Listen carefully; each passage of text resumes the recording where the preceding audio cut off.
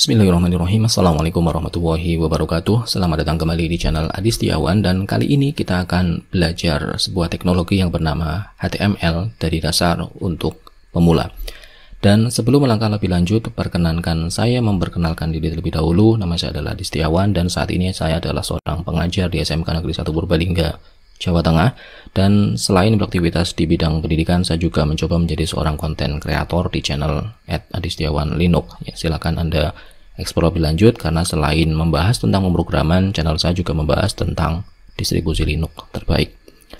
Dan agenda yang akan kita lalui di video tutorial kali ini, yang pertama kita akan membahas tentang gambaran singkat HTML, dari apa itu HTML, kemudian apa saja yang ada di dalam HTML, komponen-komponennya seperti apa, cara penggunaannya seperti apa. Kemudian setelah kita mempelajari dari sisi teorinya, kita akan mulai untuk membuat webnya secara step by step. Jadi konsepnya kita akan belajar teorinya dulu, baru setelahnya kita membuat webnya dari awal sampai akhir. Jadi bersabarlah, kita belajar teori dulu, baru kemudian praktek.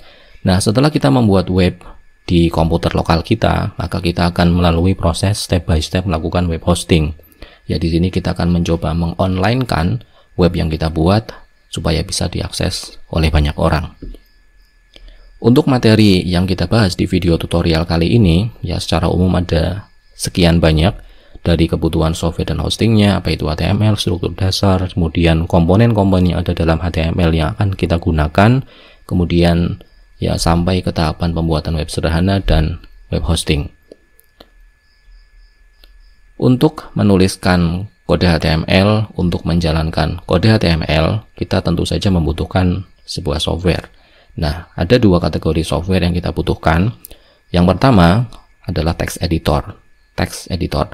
Di sini ada banyak text editor yang bisa kita pilih, mulai dari Notepad, Sublime Text, Atom, Visual Studio Code, dan lain-lain. Untuk Notepad, Anda tidak perlu menginstalnya karena seharusnya sudah ada di sistem operasi Windows yang Anda gunakan. Kalau Anda menggunakan Linux atau macOS, Anda pun sudah mendapatkan text editor bawaan. Tapi kalau text editor tersebut dirasa terlalu sederhana karena tidak ada sintaks highlighting, tidak ada autocomplete penulisan kode, tidak ada pengecekan error dan sebagainya, kita membutuhkan solusi yang lebih profesional, solusi yang juga digunakan oleh programmer-programmer di luar sana. Untuk text editor ada Sublime Text, Atom, Visual Studio Code, dan masih banyak lagi alternatif yang lainnya. Kemudian untuk menjalankan HTML yang kita tuliskan, kita membutuhkan web browser. Ada banyak web browser juga yang ada di luar sana. Google Chrome, tentu Anda sudah mendengarnya, Mozilla Firefox, Microsoft Edge, Brave, atau mungkin Safari bagi Anda pengguna macOS. Tapi di antara sekian banyak pilihan text editor dan pilihan web browser yang ada di sini, kita bisa memilih, atau saya merekomendasikan penggunaan Visual Studio Code dan Google Chrome sebagai pasangan software untuk keperluan coding kita. Ya, kenapa Visual Studio Code? Karena secara popularitas Visual Studio Code adalah text editor yang paling populer saat ini. Ya, bisa dikatakan jauh mengalahkan pesaing-pesaingnya, Sublime Text, Atom, Vim, Emacs, dan sebagainya. Dan salah satu sisi positif dari sebuah text editor yang populer adalah komunitasnya besar, penggunanya juga banyak, ketersediaan extension yang bisa digunakan untuk mengcustom Visual Studio Code kita juga banyak.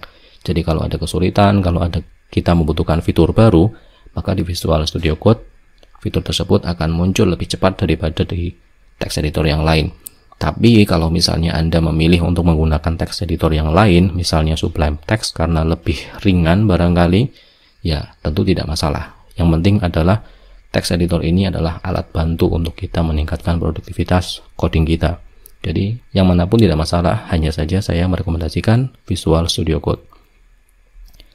Untuk browser sendiri, ya di sini kita bisa melihat bahwa di bidang web browser market share, di kategori browser Google Chrome adalah rajanya. Jadi kalau Anda di sini memilih untuk menggunakan Google Chrome sebagai browser untuk mengetes web yang Anda buat, maka di luar sana orang-orang yang menggunakan Google Chrome juga akan mendapatkan satu tampilan yang pastinya sama dengan Chrome yang Anda buat. Oke, secara teorinya seperti itu. Dan tentu saja dari sisi yang lain, Google Chrome adalah salah satu browser yang paling inovatif, paling ya banyak fiturnya. Jadi tidak salah kalau kita menggunakan Google Chrome sebagai tools untuk coding kali ini. Selain kebutuhan software, supaya web yang kita buat bisa diakses atau dinikmati oleh semua orang di internet, tentu saja kita harus mengonlinekannya. Dan untuk mengonlinekan web yang kita buat ini, kita membutuhkan yang namanya web hosting dan kita membutuhkan yang namanya domain. Web hosting adalah tempat untuk meletakkan proyek kita di internet, kemudian domain adalah nama atau alamat yang bisa diakses oleh pengguna, misalnya blablabla.com, seperti itu.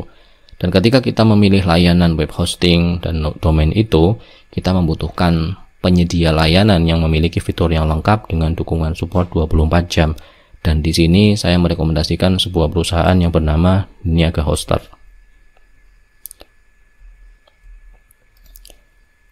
Oke, kenapa saya merekomendasikan Niaga Hoster? Yang pertama karena ini adalah sebuah layanan web hosting yang siap mewujudkan website impian Anda. Ya, di sini di Niaga Hoster ada banyak diskon yang ditawarkan. Ya, di sini misalnya special Harbolnas, diskon hingga 75% dan ini hampir setiap momen ada diskonnya up to 80%-an barangkali. Kemudian secara teknologi yang digunakan oleh Niaga Hoster telah dioptimasi untuk berbagai CMS dan framework. Misalnya di sini WordPress, Joomla, PrestaShop, Laravel, Node.js, Python, Moodle, CodeIgniter, Drupal, PHP dan sebagainya. Dan ini adalah teknologi CMS dan framework yang populer. Ketika Anda sudah belajar HTML, kemudian nanti akan mengarah ke CSS, JavaScript, PHP, maka larinya juga akan ke Laravel dan membuat produk. Dan bisa dikatakan kalau Anda menggunakan teknologi ini, maka project yang Anda buat itu sudah dioptimasi oleh Niaga Hoster. Kemudian layaknya sebuah layanan web hosting, di sini Anda pun bisa menemukan nama domain impian Anda. Dan selain itu ada beberapa pilihan paket hosting yang lengkap dengan fitur yang lengkap dengan support 24 jam. Ada paket bayi, pelajar, personal dan bisnis. Tapi seperti yang Anda lihat di sini ada sebuah paket yang di-highlight penawaran terbaik. Ini adalah paket personal. Oke, di sini diskonnya 80% dari yang awalnya sekian, maka akan Anda peroleh hanya 20.000 per bulan. Ini dengan analogi kopi yang ada di cafe, ya ini bisa jadi lebih murah. Bagi gambaran, untuk paket internet saja yang 9 GB 7 hari sebuah provider itu juga hanya 20 ribuan. Jadi ini untuk per bulan 20.000 juga sudah sangat murah, dan akan lebih terlihat lagi ketika kita melihat fitur lengkapnya. Ya, dibandingkan dengan paket yang bayi, pelajar, paket personal ini menyediakan resource yang lebih banyak, bisa diakses oleh 135 ribuan pengunjung per bulan. Ini tentu sudah sangat banyak untuk kita yang baru memulai pembuatan website. Kemudian unlimited akun email, bandwidth database, SSD dan sebagainya, gratis sertifikat SSL, kemudian light speed, dan ya di sini ada beberapa yang mulai berbeda dibandingkan dengan bayi dan pelajar. Dan kenapa saya lebih merekomendasikan yang ini? Karena secara value for money lebih bagus. Kemudian secara teknologi, ketika kita sudah belajar HTML, membuat web dengan teknologi HTML, nanti lari ke PHP. PHP tentu saja sudah didukung oleh Niaga Hoster sepenuhnya. Kalau kita mau membuat atau mengeksplor teknologi lain yang menggunakan teknologi Node.js, di sini sudah ada. Atau Anda yang sedang belajar membuat web dengan Python, mau mengintegrasikannya dengan machine learning misalnya, di sini pun dukungannya sudah ada. Jadi dengan value seperti ini, maka kita bisa memilih paket yang paling value for money dengan diskon 80%, 20 ribuan per bulan. Oke, kita coba pilih paket ini. Kemudian salah satu yang asik dari pilihan personal ini, ya selain resource-nya yang tadi yang banyak, kita juga mendapatkan satu gratis domain 1 tahun, dan kita bisa menambahkannya di bagian bawah. Nanti kita bisa memilih pilihan durasi paketnya mulai dari 1 bulan, 129.000 per bulan, 35.000 per bulan, atau 19.000 per bulan, totalnya sekian. Ya seperti yang ada di depan tadi, kita pilih yang di highlight saja, diskon 80%, 3 tahun, bayarnya 716 ribuan. Oke, kemudian untuk domainnya, karena di sini kita mendapatkan gratis domain selama 1 tahun. Di sini misalnya saya menambahkan domain ya random saja, ini cek domain. Oke, tambahkan ke cart.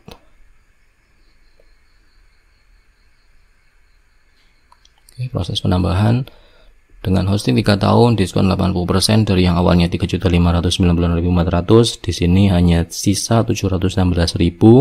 Kemudian domainnya gratis ditambah pajak 78.000, tinggal 795.204 rupiah. Oke, sudah sangat murah. Oke, selanjutnya kalau ini dirasa sudah cukup murah, maka Anda bisa mendapatkan tambahan diskon lagi sebesar 10% kalau Anda mengetikkan kode kupon Adi Setiawan. Jadi kalau Anda gunakan kupon ini, maka Anda bisa mendapatkan tambahan potongan 10% lagi, sehingga dari yang awalnya 790-an ribu lagi sekarang tinggal 715.000. Jadi silakan gunakan kupon ini untuk mendapatkan tambahan diskonnya.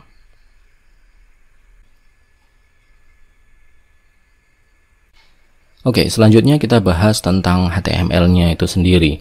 Yang pertama, HTML merupakan singkatan dari Hypertext Markup Language, sebuah markup language. HTML ini bukan bahasa pemrograman, ya ini yang kadang menjadi salah kaprah di banyak orang. HTML hanyalah sebuah markup language, bukan bahasa pemrograman, karena di sini tidak ada logika if, else, for, while, dan sebagainya. Hanyalah sebuah script markup. Kemudian markup language ini, HTML ini digunakan untuk membuat halaman website, dan versi yang terbaru saat ini adalah HTML versi 5. Lalu ketika Anda mau menuliskan kode HTML, maka Anda perlu mempelajari struktur dasar HTML-nya. Di bagian atas di sini ada yang namanya doctype HTML, doctype, document type HTML. Ini fungsinya untuk sebagai deklarasi tipe dan versi HTML. Di HTML versi 5, penulisan versi 5-nya, ya doctype-nya hanya seperti ini. Ya, tanda seru doctype HTML. Kemudian ada HTML buka dan HTML tutup. Yang perlu diperhatikan di sini, struktur dasar HTML itu berpasang-pasangan. Jadi kalau misalnya di atas ada HTML buka, di bawah ada HTML tutup yang ada slash-nya di bagian depan. Kemudian jika ibaratnya HTML ini adalah manusia, maka di dalamnya HTML ada kepala dan badan. Di sini ada head dan ada body. Ya, satu pasang. Kemudian di dalamnya head, di sini ada banyak informasi yang bisa dituliskan, salah satunya title, dan di sini title juga pasangannya ada. Oke, jadi ada deklarasi tipe, kemudian tag pembukanya, tag penutupnya, bagian headnya ini satu pasang, kemudian bagian bodinya, dan di dalam body ini adalah tempat kita menuliskan ya semua tampilan yang nantinya akan tampil di halaman webnya. Di sini contohnya hanyalah paragraf, pakainya tag P buka dan P tutup. Jadi struktur dasar HTML-nya seperti itu, cukup simpel, dan yang paling penting adalah hampir semuanya, 90% lebih tag yang ada di sini adalah tag yang berpasang-pasangan. Seperti makhluk hidup diciptakan berpasang-pasangan. Oke, selanjutnya doctype ini digunakan untuk memberitahu web browser tentang aturan penulisan dokumen yang sedang ditampilkan, dan cara penulisannya di HTML5 seperti ini, doctype HTML saja. Sangat simpel, sangat singkat, karena kalau Anda sudah pernah mempelajari HTML versi sebelumnya, Anda harus menuliskan doctype-nya segini panjang, dan ini tentu saja kalau dihafalkan tidak asik. Jadi sekarang cukup tuliskan doctype HTML. Kemudian di bagian tadi, di dalamnya HTML, kalau HTML itu manusia, head ini adalah kepalanya. Sebagaimana kepala manusia yang di dalamnya ada otak, di sini isinya adalah informasi. Di dalam tag head kita bisa menuliskan banyak informasi, salah satunya tadi ada title. Dan selain title, di dalam head juga ada banyak tag lain yang bisa kita sisipkan di sini. Title ini nanti akan tampil di browser nama tabnya. Kemudian style, kalau kita mau melakukan styling CSS nanti kita bahas. Kemudian ada base URL-nya, alamat standarnya website ini apa. Linknya, ini mau mengakses CSS yang mana. Kemudian meta, informasi metadata yang lain, script atau no scriptnya juga bisa kita tuliskan di sini. Sifatnya informasi dan akses untuk CSS, JavaScript juga tersedia di bagian head-nya. Kemudian setelah head kita akses ke body. Di sini hampir semua tag HTML akan kita tuliskan di sini, mulai dari teks, gambar, tabel, audio, video, form, dan yang lain-lainnya. Semuanya akan kita tuliskan di dalam body. Jadi pastikan kita menuliskannya di sela-sela tag body buka dan body tutup. Jadi sampai di sini HTML buka, HTML tutup, ada head, head tutup, body, body tutup.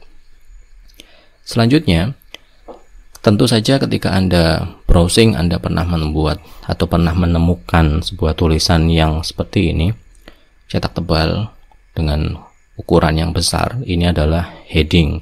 Dan untuk membuat tulisan yang cetak tebal seperti ini dengan berbagai variasi ukurannya, di HTML sudah ada 6 versi heading, H1 sampai H6, dan sekali lagi penulisan tag di HTML adalah berpasang-pasangan. Jadi kalau tulisan ini adalah heading ingin ditampilkan dengan format H1, maka tulisan ini harus diapit dengan H1 buka dan H1 tutup kurang dari /H1, dan seterusnya sampai di bawah.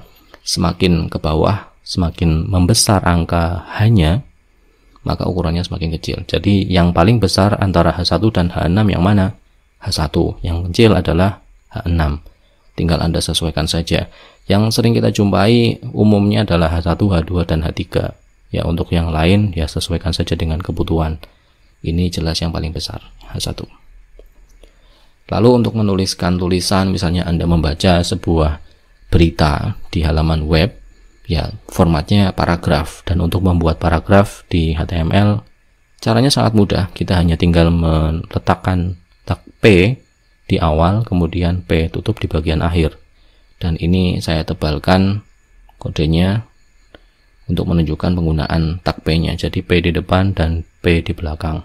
Hasilnya nanti seperti ini. Dia akan menjadi sebuah paragraf, yang mana kalau sebuah tulisan dibuat dengan format paragraf, maka dia otomatis akan menambahkan enter.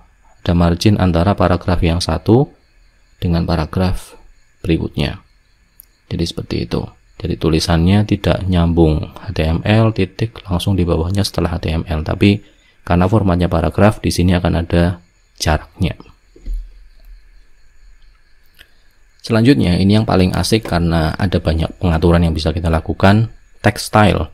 Ya, kita bisa membuat tulisan yang bermacam-macam, seperti hanya ketika kita menggunakan Microsoft Word. Kita bisa membuat tulisan yang cetak tebal, tulisan miring, tulisan underline, tulisan yang dicoret, kemudian subscript seperti O2, superscript seperti X kuadrat, atau tulisan yang di highlight. Nah, di HTML juga kita bisa melakukan itu semua dengan menggunakan tag seperti ini, B atau strong, I atau IM, emphasis, kemudian U atau insert, kemudian S atau delete, del. Kemudian untuk subscript kita bisa menggunakan sub, superscript bisa menggunakan sub, dan yang terakhir untuk berhighlight bisa menggunakan mark. Ya, di HTML yang terbaru kita disarankan menggunakan yang ini, tapi kalau saya pribadi saya sering menghafalkannya yang depannya ini. Bius, bold, italic, underline, strike through. Ya, jadi membuat cetak tebal ya B bold, kemudian italic, I miring, kemudian U underline, ada garis bawahnya, kemudian strike through, strike, ya garis coret, kemudian subscript. Di sini untuk menuliskan O2 berarti O-nya normal, 2-nya diapit oleh sub. Jadi ada sub 2, kemudian sub tutup. Lalu untuk X kuadrat juga X-nya biasa normal, tidak diapit yang lain. Angka 2-nya diapit oleh sub buka dan sub tutup. Lalu untuk highlight, ya ini tulisan AD-nya diawali dengan mark, baru tulisan AD, dan ditutup dengan tag marknya.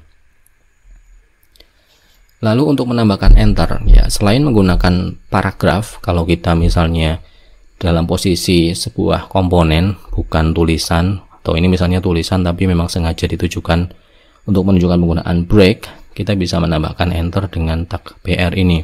Atau misalnya nanti Anda menggunakan sebuah komponen, misalnya gambar, di bawahnya mau taruh gambar, ya berarti setelah tag gambar kita tambahkan BR. Setelah kita menuliskan label, kita tambahkan BR, baru komponen yang lain juga nanti akan ada enter. Berarti posisi tulisan yang ada atau komponen yang ada di belakangnya BR ini akan terenter ke bagian bawahnya. Jadi ya fungsi untuk enter di HTML adalah line break, namanya BR break. untuk enter. Kemudian untuk menambahkan garis, ya misalnya seperti ini, kita bisa menggunakan horizontal line, HR, horizontal. Oke, kemudian cara pakainya seperti ini, misalnya ada tulisan blog saya, garis dan selamat datang, ya berarti kita gunakan H3 blog saya, HR, hanya dengan satu tulisan HR, di sini tidak pakai pasangannya, hanya HR, dia akan otomatis menjadi garis yang lurus dari ujung pixel kiri browser ke pixel kanan.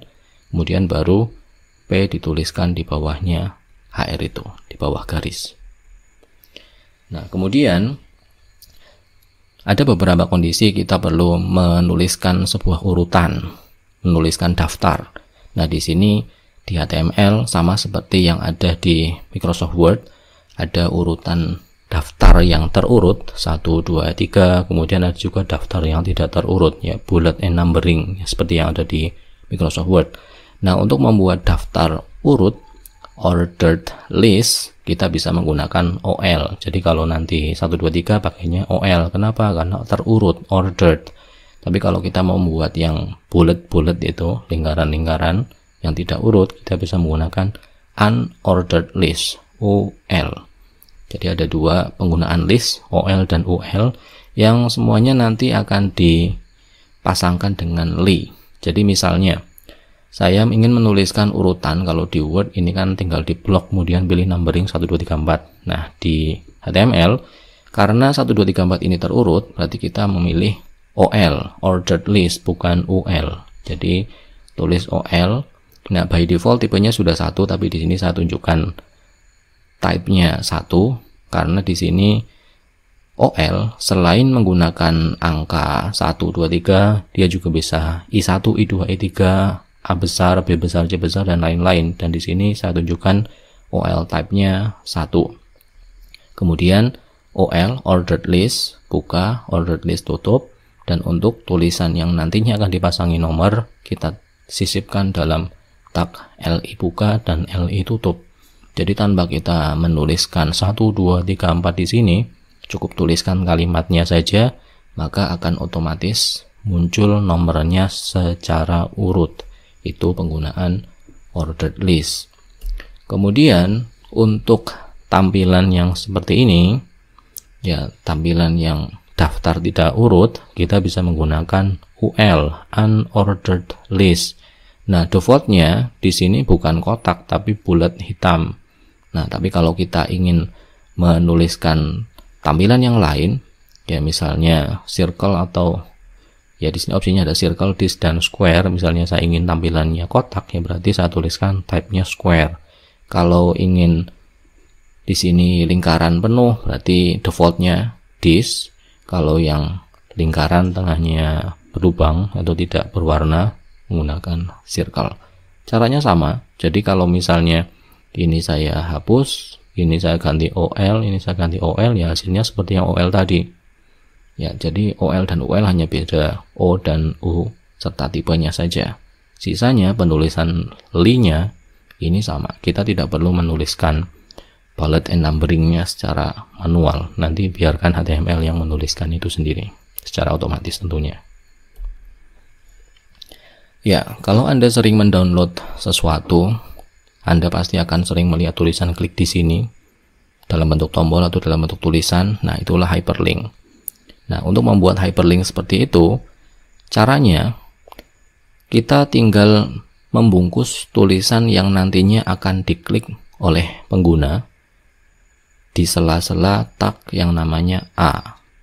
A buka dan A tutup. Nah, di dalamnya A yang depan kita bisa menuliskan kalau tulisan ini diklik, dia mau lari kemana. Nah, misalnya tulisan di sini diklik, dia akan membuka website Google. Berarti di sini di A yang depan kita perlu menuliskan ref sama dengan https://google.com. Ya, kalau Anda ingin lari ke atau melarikan linknya ke YouTube, ya berarti tinggal tulis https://youtube.com. Jadi tulisan di sini ini kalau diklik dia akan lari ke alamat itu. Ya, jadi caranya sangat mudah, hanya href. Isinya apa? Dalam tanda petik tentunya. Kemudian tulisannya di sini, di sana, dan sebagainya. Kemudian tutup, maka hasilnya silakan buka halaman Google di sini. Nah, di sininya dalam bentuk hyperlink. Ya, tidak ada asiknya kalau kita browsing web tapi tidak ada gambarnya. Ya, tentu saja untuk menambahkan gambar kita membutuhkan image, IMG. Ya, jadi kata image-nya disingkat menjadi IMG. Dan untuk image ini ada beberapa pengaturan. Ya, yang pertama, kalau kita ingin menambahkan gambar, tentu saja kita harus tahu gambar yang mau ditayangkan itu yang mana, yang namanya apa. Nah, itulah fungsinya src, atribut src. Kemudian ada kalanya sebuah web itu gambarnya tidak tampil, dan kalau pas webnya tidak tampil, kita perlu menampilkan tulisan alternatif. Kalau ke gambarnya gagal dimuat, tampil tulisan apa? Di situ ada ALT, alternatif. Kemudian ada kalanya juga gambar yang kita punya terlalu besar dan kita perlu mengatur lebar dan tingginya berapa.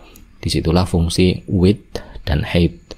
Jadi kalau kita ingin menampilkan logo HTML seperti ini dengan nama filenya logo, ekstensinya PNG, lalu kalau gambarnya tidak tampil, mau tampil tulisan apa, logo HTML misalnya, ukurannya 100 x 100, nah caranya seperti ini. Image, kita mau menambahkan image, berarti tagnya IMG, nama gambarnya, source-nya logo.png dalam tanda petik, alternate-nya, alternatifnya ALT sama dengan logo HTML, width-nya 100, height-nya 100. Oke, nanti tampilnya seperti ini. Oke, tampil di halaman web kita. Selanjutnya, kita bisa menambahkan pembuatan tabel juga. Ya, tentu saja kita akan sering berurusan dengan tabel, dengan data-data, dan di HTML pun kita juga bisa membuat tabel dengan sangat mudah. Yang perlu kita perhatikan di sini adalah kalau kita mau membuat tabel, table, ya kita gunakan tag table. Jadi ini sangat make sense, mau nambah gambar ya IMG, mau nambah tabel ya table. Dan di sini selain menggunakan table, karena kalau kita membuat tabel tentu kita kan butuh informasi, kolomnya berapa, barisnya berapa.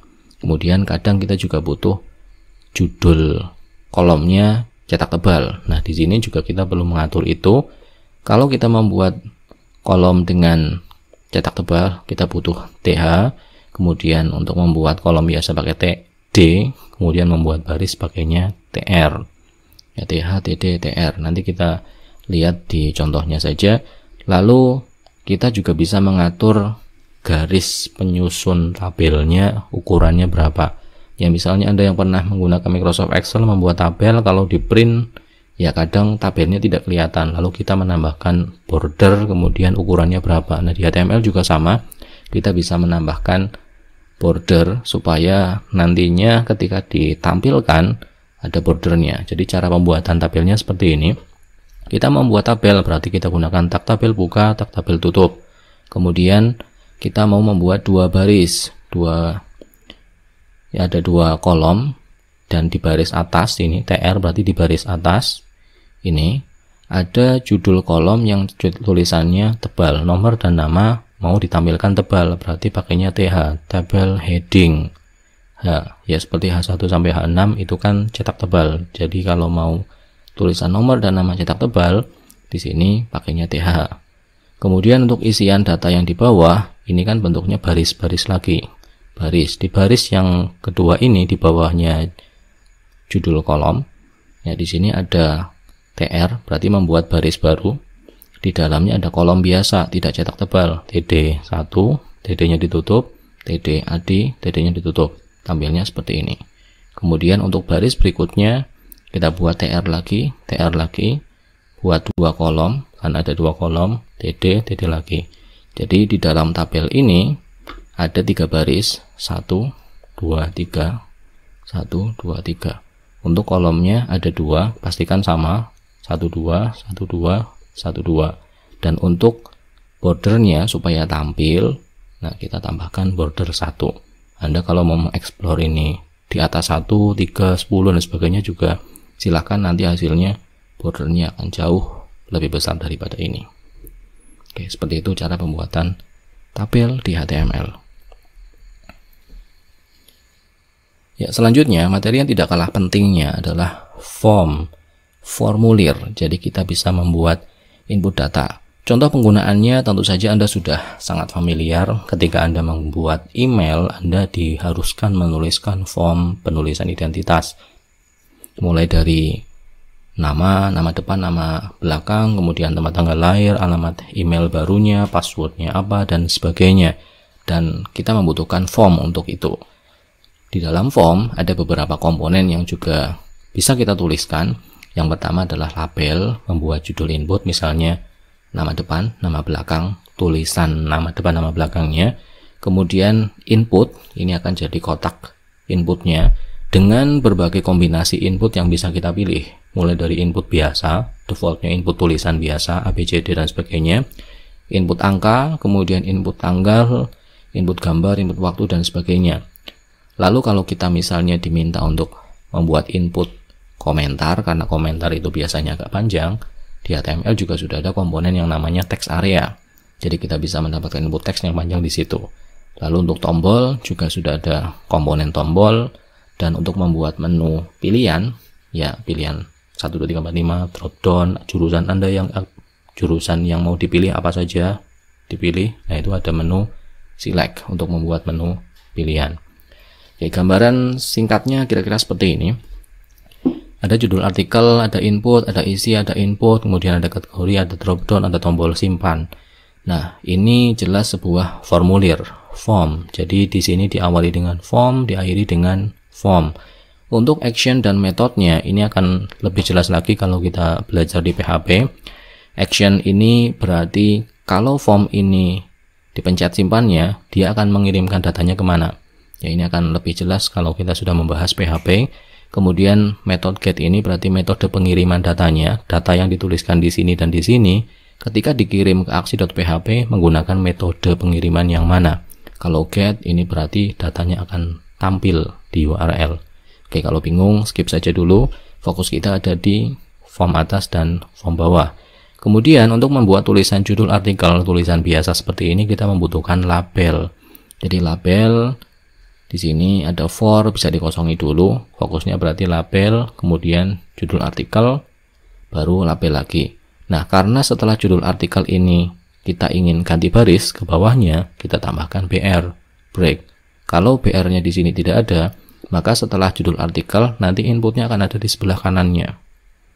Oke, jadi kita butuhkan BR untuk ganti baris. Kemudian untuk input type text-nya, ini ada input judul, berarti tipenya text, name-nya judul.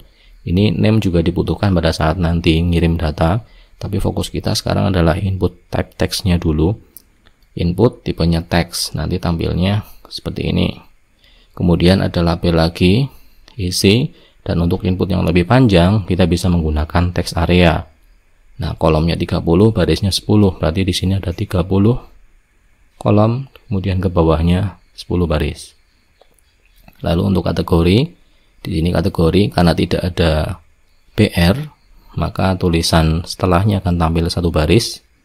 Di sini ada select name dengan dua option, internet dan bisnis, maka nanti akan ada, kalau ini diklik akan tampil internet dan di bawahnya opsi untuk memilih bisnis. Dan setelahnya ada input type submit value simpan.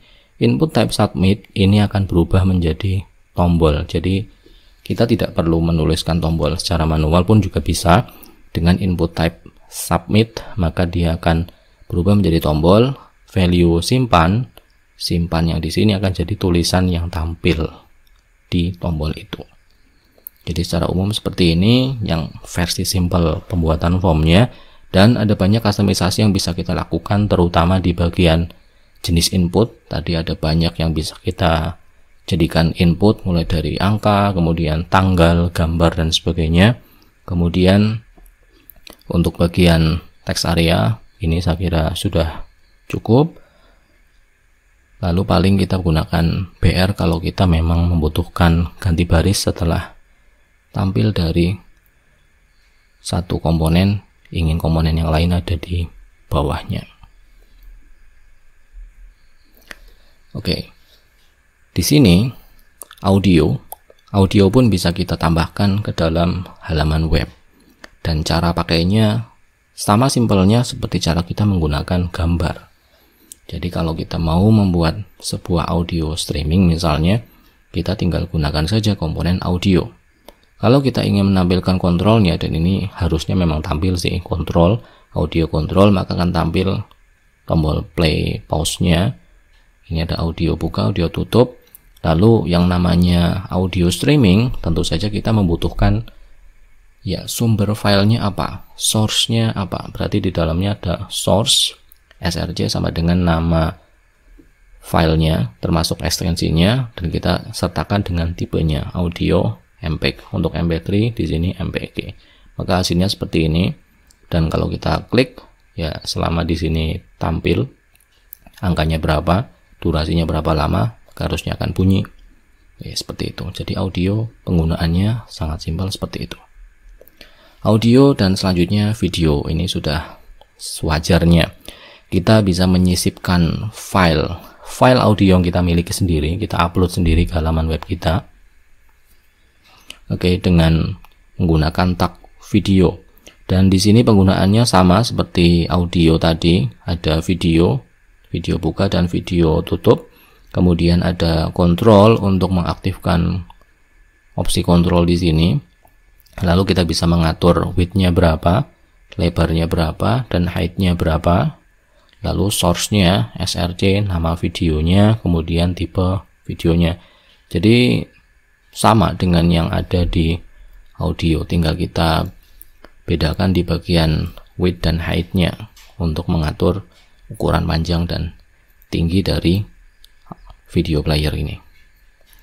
Lalu kalau Anda misalnya mau menyisipkan video dari YouTube, nah di sini kita juga bisa menggunakan komponen tag lain yang namanya iframe.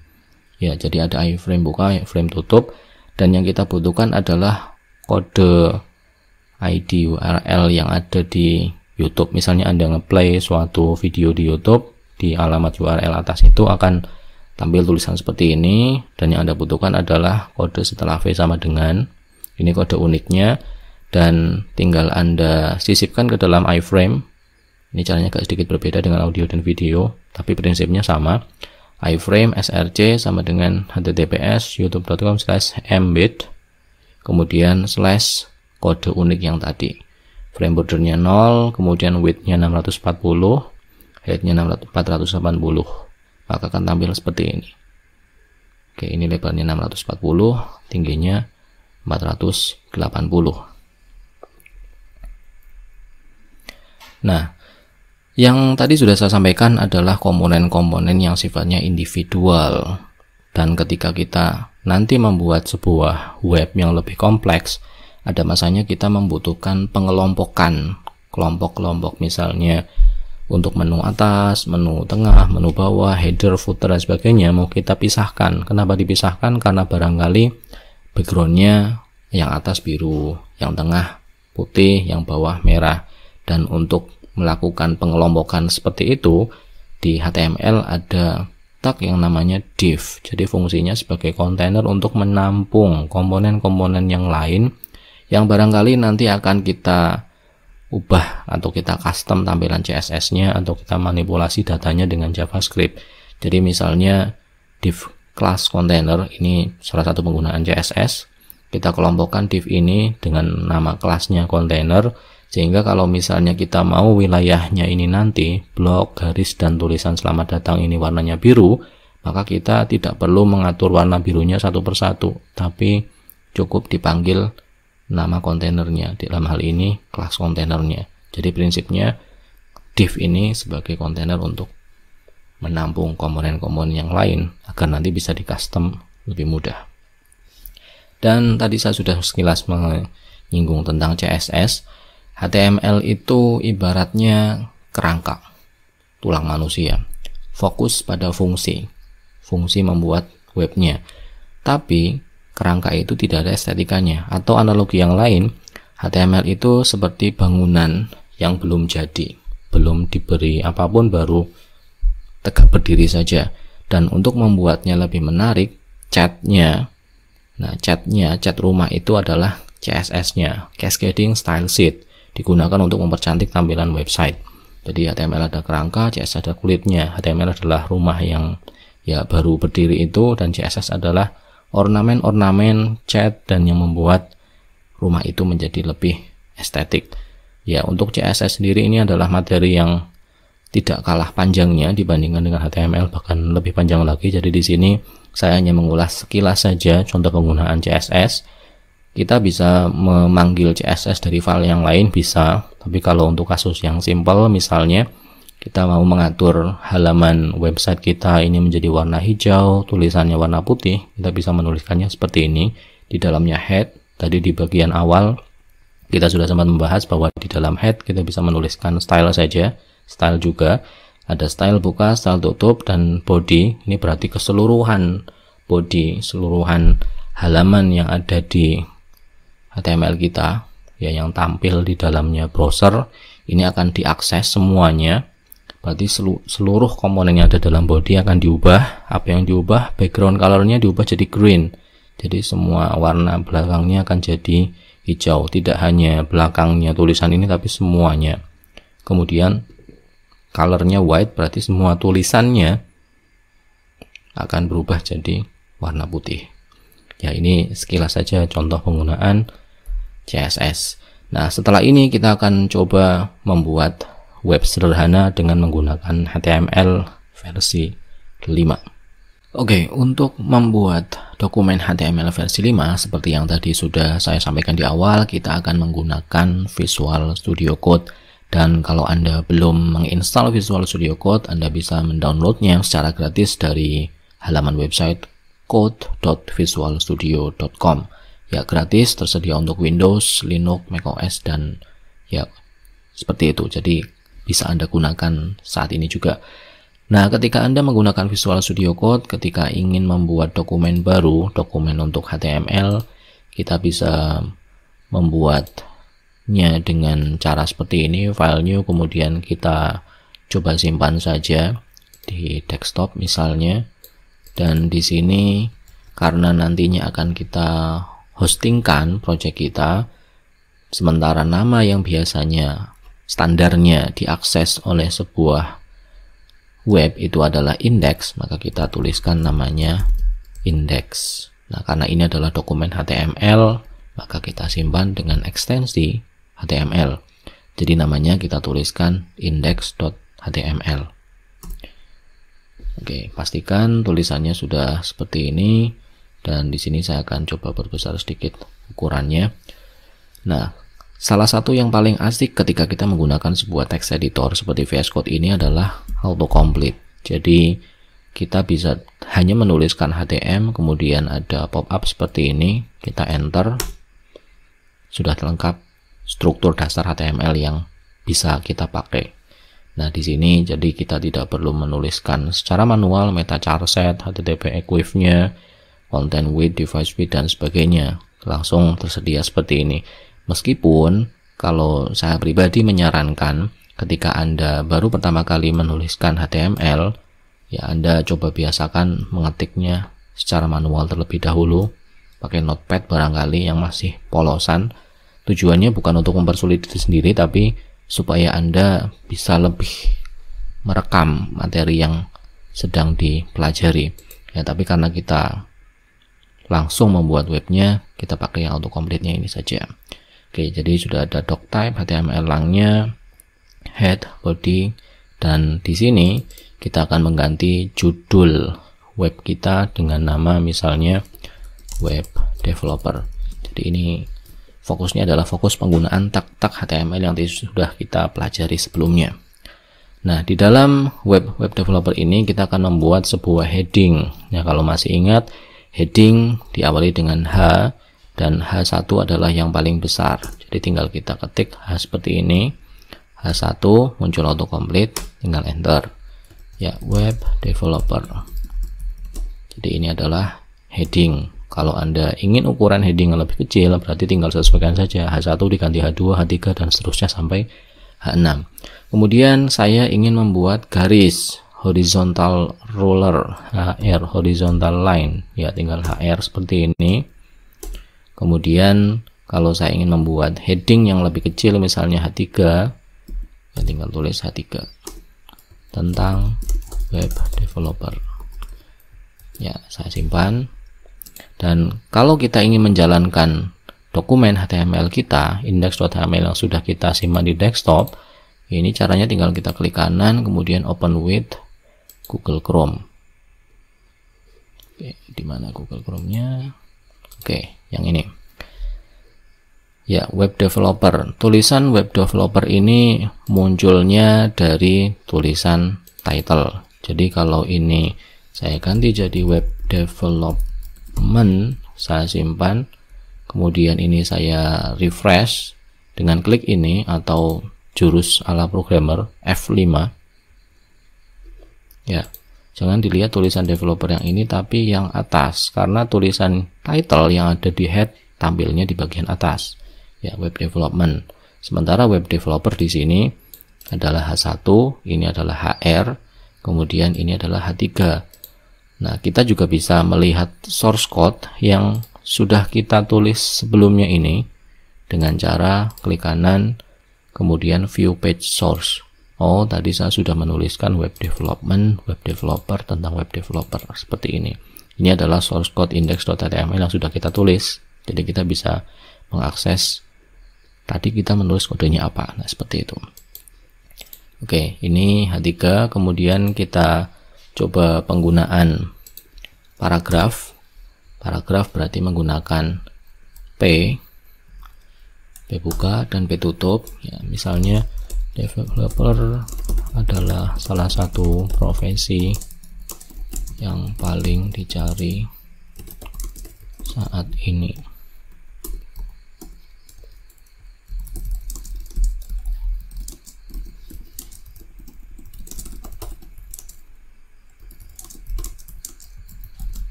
Nah, misalnya saya membuat dua paragraf seperti itu dan tampilannya seperti ini.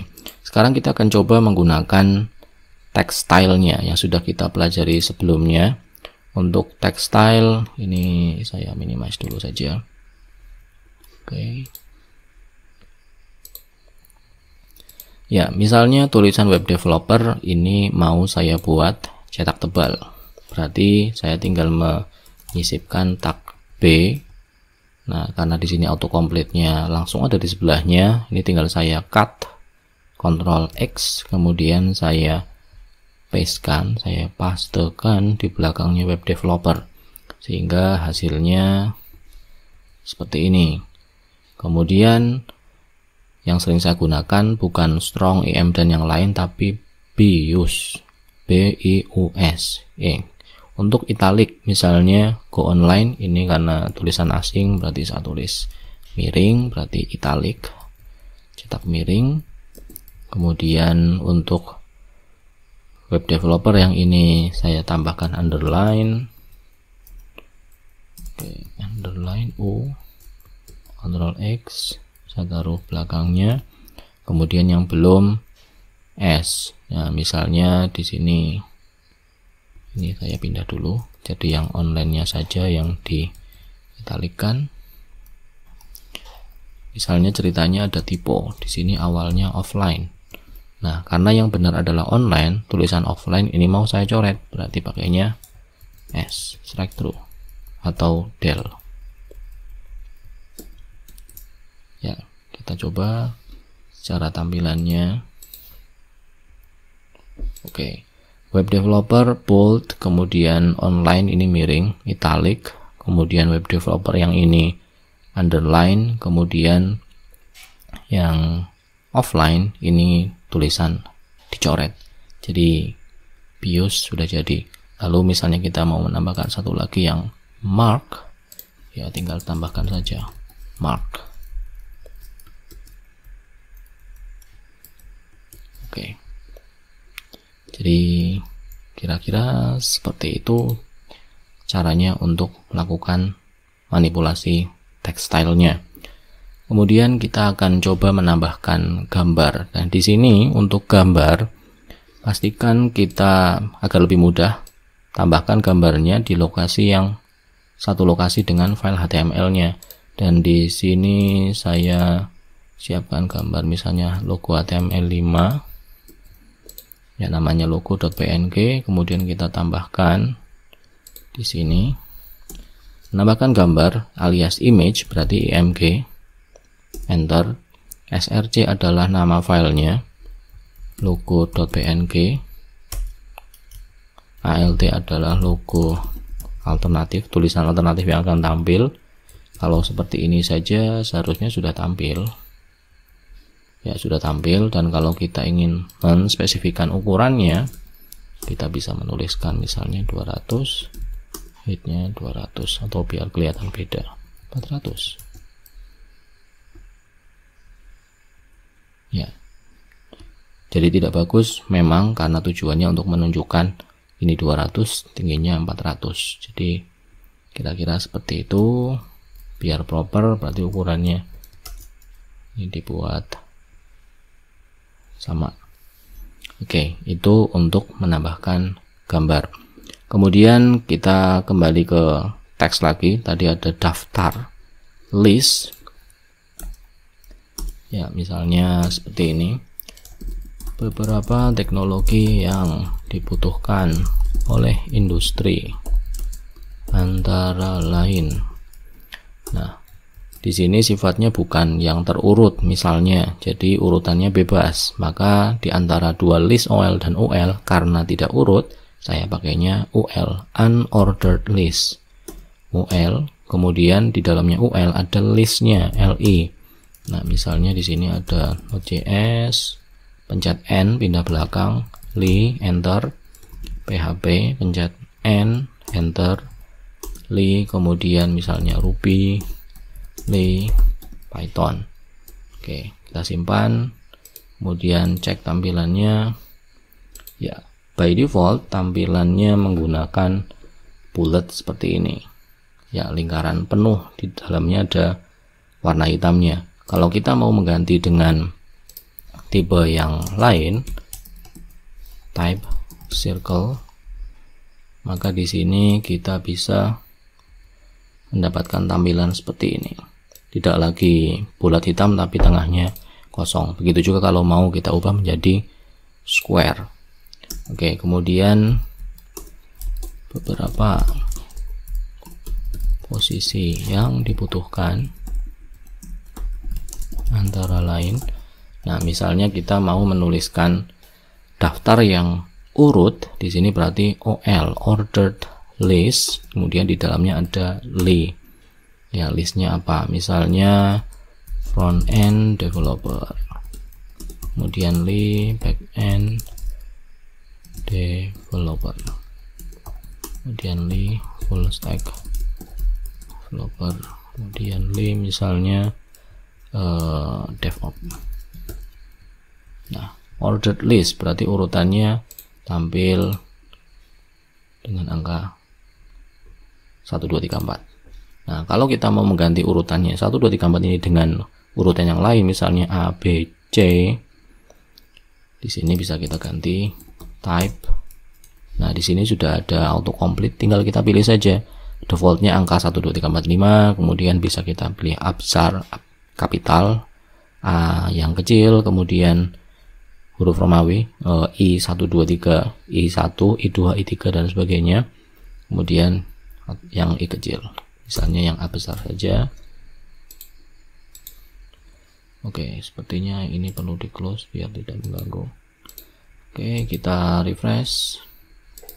Jadinya A, B, C, D seperti ini.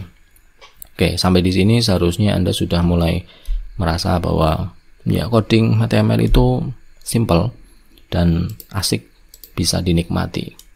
Oke, karena ini adalah langkah awalnya. Kalau misalnya sampai di sini sudah pusing, ya kedepannya akan lebih sulit lagi. Kita harus menikmati proses ini karena bagaimanapun sebuah web pasti akan ada tampilannya, dan dasar dari tampilan sebuah web adalah kerangkanya, HTML-nya dulu.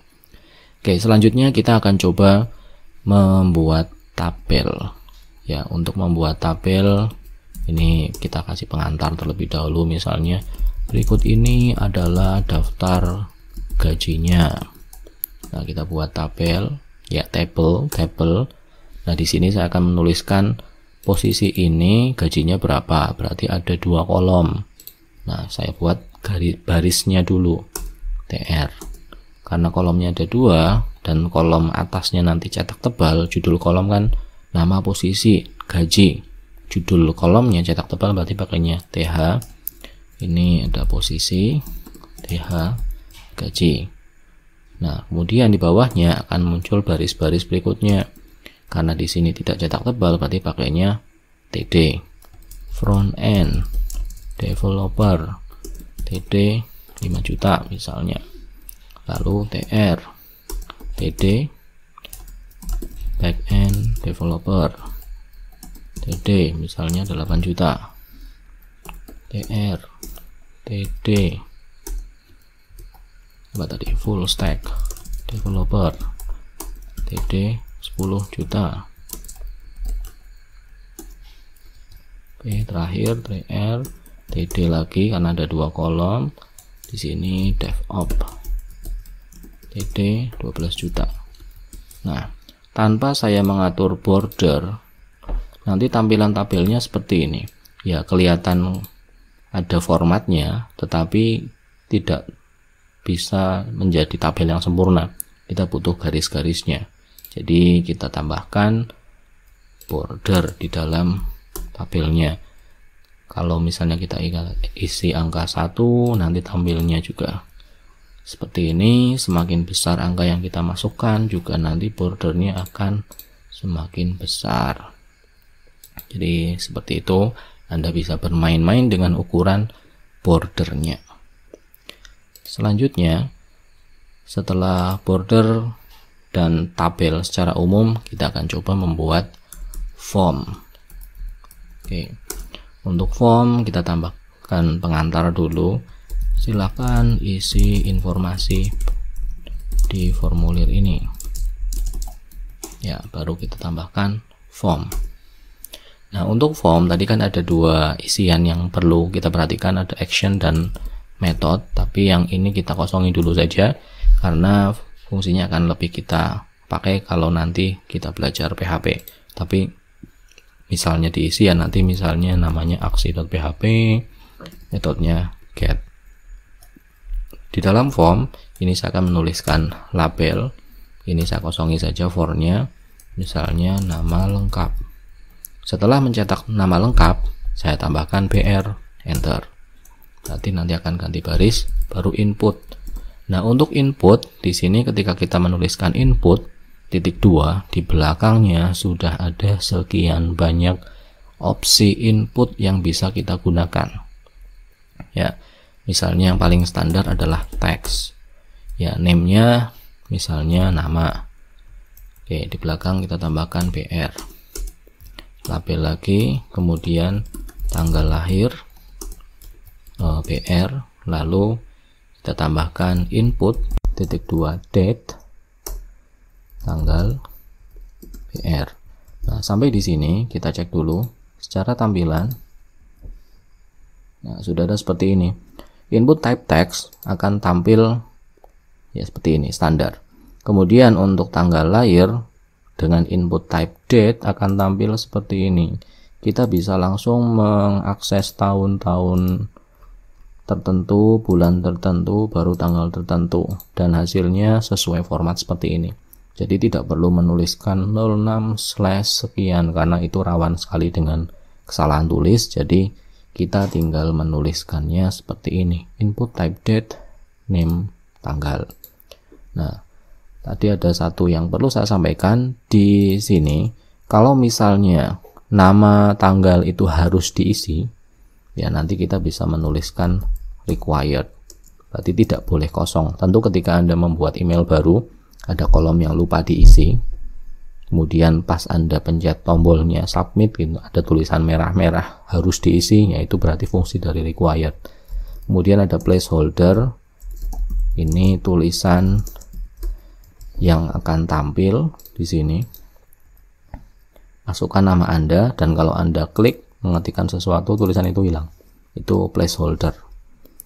Jadi masukkan nama Anda, tampil seperti ini. Itu adalah hasil dari yang namanya placeholder. Kemudian kalau kita mau menambahkan password, misalnya label for password, di sini inputnya juga otomatis password. Dan yang namanya password itu harusnya rahasia. Oleh karena itu, ketika kita membuat password di HTML, juga ketika kita menuliskan karakter demi karakter, ya tulisan yang kita ketik sudah langsung di masking seperti ini, jadi tidak tampil karakter yang diketikkan apa. Oke, seperti itu untuk input type password. Oke, selanjutnya untuk form barangkali tinggal text area saja, misalnya label for, di sini komentar BR, text area name-nya komentar. Di sini saya biarkan default saja. Tampilannya seperti ini. Oke. Kemudian tinggal kita buat tombol untuk submit-nya. Input, submit, value-nya misalnya simpan. Oke. Dengan cara seperti ini, maka kita sudah punya formulir. Ya, step by stepnya seperti itu. Kita sudah punya tabel, punya formulir. Secara fungsi sudah ada. Kalau misalnya Anda diminta untuk membuat landing page, sebuah halaman untuk marketing, dan terakhir silakan masukkan nomor HP Anda, yaitu berarti pakainya formulir. Jadi dengan cara seperti ini kita sudah bisa membuat sebuah web statis. Hanya memang secara tampilan ya masih tidak ada nilai estetikanya. Ini masih benar-benar kerangka bangunan yang baru jadi, tapi belum dicat, belum ditambahi aksesoris apapun. Oke, kita coba explore untuk yang audionya. Oke, audio saya simpan di atas saja biar kelihatan. Di sini di bawahnya gambar akan saya tambahkan audio. Ya, di sini formatnya audio control. Ini saya hapus spasinya. Lalu di dalamnya ada source src sama dengan. Nah, untuk audio ini perlu saya kopikan musik.mp3. Saya taruh di lokasi yang sama dengan index. Kemudian kita tambahkan namanya musik.mp3. Kemudian type-nya audio /mpeg. Dimana tampilnya? Di bagian atas. Oke, karena setelah image tidak ada BR-nya, maka audionya tampil di sebelahnya, dan ini seharusnya bisa di play. Oke, jadi berhasil. Kalau Anda ingin membuat sebuah halaman personal Anda, ingin menambahkan musik atau nyanyian karya Anda sendiri, Anda bisa melakukannya dengan cara seperti ini. Tinggal buat audio control, kemudian source src musik.mp3, type-nya audio mpeg. Ya, sesimpel itu. Dan untuk video saya kira caranya sama, karena kita tinggal mengganti audio control dengan video. Di sini video. Di sini ada control, selalu ada source src. Di sini apakah saya punya video? Ya, video. Ini saya copy, saya taruh di sini. Ini berapa ukurannya? 25 mega. Ya, nanti mungkin tidak kita pakai pas hosting. Yang penting fungsinya kita tahu persis. Video.mp4, kemudian type-nya video mpeg.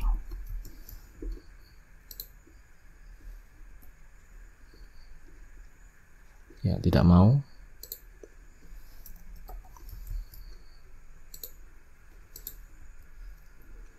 Ya, karena harusnya MP4. Dan karena resolusi aslinya video ini 1920 kali 1080p, maka dia ukurannya selebar ini. Oleh karena itu, kita perlu menspesifikkan width dan height-nya di bagian videonya. Weight misalnya 640, height-nya 480. Kita coba. Ya, sudah lebih manusiawi. Oke, jadi seperti itu untuk menambahkan videonya. Jadi basically caranya seperti itu. Oke, jadi kalau misalnya nanti kita ingin mengupload halaman web yang kita buat, index.html ini, selain file index.html yang kita buat, kita juga perlu mengupload gambar, musik, dan videonya. Ya, semuanya harus kita upload, karena kalau misalnya video ini tidak ikut kita upload, ya berarti nanti di sini juga akan ada masalah. Dia tidak akan menemukan file videonya, sehingga akan ada error, tidak tampil. Nah, prinsipnya untuk video sama seperti audio. Jadi caranya seperti itu. Karena nanti videonya tidak ikut saya upload karena ukurannya yang besar, ini saya hapus saja. Prinsipnya audio dan video sama. Oke, kemudian terakhir kita akan sedikit mengulas tentang CSS. CSS ini bisa jadi satu materi yang sama panjang atau lebih panjang lagi daripada HTML, karena itu urusannya ya seni, ya teknis. Jadi perlu kita buat sebuah materi khusus saya kira. Dan kita akan membuat yang CSS simple saja dulu. Misalnya kita mau mengubah warna belakang layarnya, warna backgroundnya. Di bagian head saya tambahkan style. Kemudian di body, berarti seluruh dokumen yang ada di body, dari H1 sampai di bagian bawah ada form, ini nanti akan terkena efeknya. Ini background color, misalnya aqua, ini akan kita ubah warnanya ya seperti itu, warna backgroundnya berubah, kecuali yang form ini tetap putih, justru malah lebih bagus, lebih kelihatan kalau ini adalah form. Lalu misalnya kita ubah tulisannya menjadi warna putih, berarti di sini ada color white. Oke, tulisannya jadi putih, tapi jadi susah untuk dibaca. Ya, kita ganti saja. Dan kita bisa menggantinya dengan hashtag misalnya RGB FF0000, berarti warna merah. Ya, jadi selain menggunakan nama umumnya, kita juga bisa menggunakan kode heksadesimal seperti ini. Ya, misalnya ini saja, royal blue. Kita coba warnanya jadi seperti ini. Oke, lumayan, sudah sedikit lebih terbaca. Kemudian kalau kita misalnya mau menambahkan sedikit margin di sini juga bisa. Margin misalnya 30 pixel. Oke, dia akan posisinya menjorok dari atas turun 30 pixel, dari kiri masuk 30 pixel, dari kanan 30 pixel, dan yang bawah juga 30 pixel. Oh iya, satu lagi yang biasanya ajang untuk show off adalah copyright. Ya, copyright. Tulisan N copy ini akan berubah jadi dalam lingkaran C itu 2023, anggap saja kita sudah 2023, Adi Setiawan atau nama Anda sendiri. Dan karena by default tulisan ini akan tampil di kiri, kalau kita ingin membuatnya tampil di tengah, bisa kita tambahkan juga cara CSS-nya dengan style disisipkan ke dalam P, kemudian text align-nya center. Hasilnya, oke, copyright-nya sudah tampil di tengah-tengah layar. Jadi seperti itu step by step yang bisa kita lakukan untuk membuat sebuah dokumen HTML sederhana. Ini benar-benar sangat sederhana dan saya kira Anda pun bisa mengikutinya. Dan setelah kita membuat web ini secara lokal, saatnya kita mengonlinekan web ini di sebuah domain, di sebuah hosting, agar orang-orang bisa mengakses web yang kita punya. Tentu ketika Anda akan menguploadnya di hosting yang Anda miliki, di domain yang Anda miliki, Anda tidak bisa mengupload yang seperti ini jelas kurang profesional.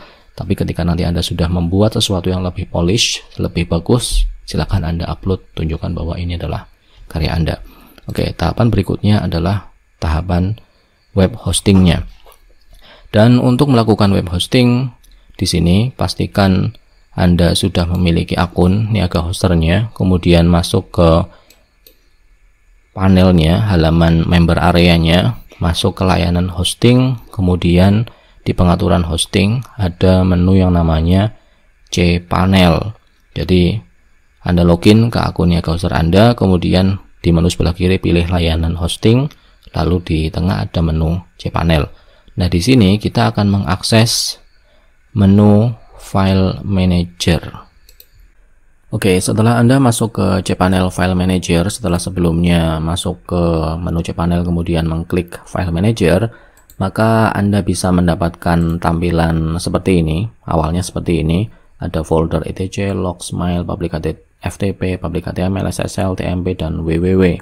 Dan kita akan bekerja dengan sebuah folder yang namanya public HTML. Jadi kita fokuskan saja di sini, kita klik masuk ke public HTML.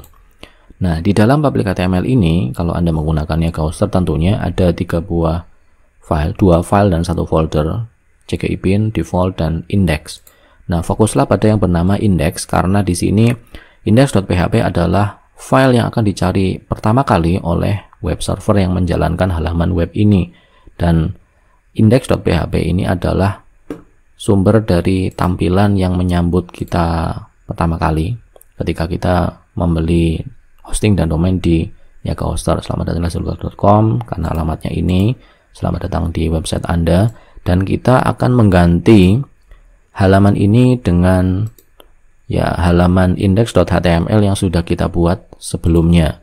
Jadi caranya sangat mudah sekali. Ketika Anda sudah punya akses ke cPanel ini, Anda tinggal masuk ke public HTML, kemudian kita bisa mengganti isinya dengan kode yang kita miliki.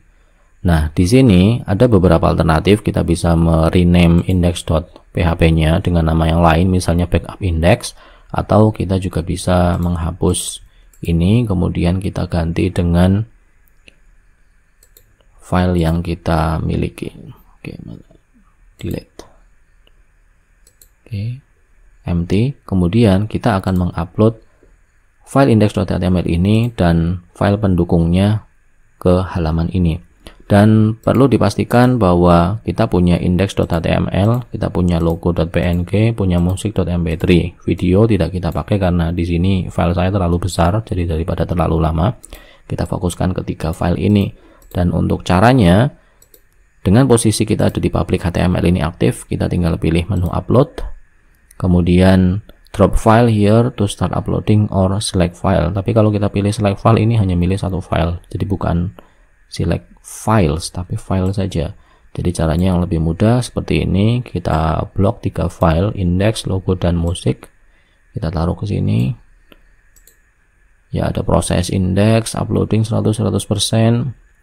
Berarti uploadnya sudah komplit. Kemudian kita kembali ke cPanel dan di sini sudah ada index.html dengan nama index menggunakan huruf X, berarti dia adalah format standar yang akan dicari pertama kali oleh web servernya. Ada logo dan musik. Dan dengan posisi indeks yang sudah diganti, apakah di sini tampilannya akan berubah? Oke, bismillah. Ya, sudah berubah sesuai dengan tampilan HTML yang sudah kita desain sebelumnya. Oke, jadi caranya seperti itu. Untuk Anda yang sudah membeli akun hosting dan domainnya, caranya Anda tinggal masuk ke cPanel-nya, file manajernya, kemudian bekerja di public HTML, lalu mengupload 3 file yang sudah dibuat sebelumnya atau file lain yang sudah Anda buat dengan lebih profesional sehingga bisa lebih menunjukkan bahwa karya Anda sudah lebih bagus daripada file yang ada di sini. Dengan posisi HTML ini sudah ada di alamat web yang kita miliki, berarti orang lain sudah bisa mengakses web yang kita punya. Jadi Anda bisa lebih menunjukkan, oh saya seorang web developer, saya sudah punya karya seperti ini, saya tunjukkan di website pribadi saya. Dan seperti itu secara umum cara untuk mengonlinekan web dengan hosting Niaga Hoster. Jadi seperti itu saja video tutorial kali ini. Semoga bisa menginspirasi, semoga bisa membuat Anda lebih tertantang untuk membuat halaman web yang lebih bagus lagi. Dan sekali lagi perlu saya sampaikan, kalau Anda melakukan pembelian pertama di Niaga Hoster, Anda bisa mendapatkan tambahan diskon sebesar 10% jika Anda memasukkan kupon Adi Setiawan. Oke, seperti itu saja. Terima kasih atas perhatian yang diberikan. Mohon maaf jika ada banyak kesalahan. Saya akhiri video ini. Assalamualaikum warahmatullahi wabarakatuh.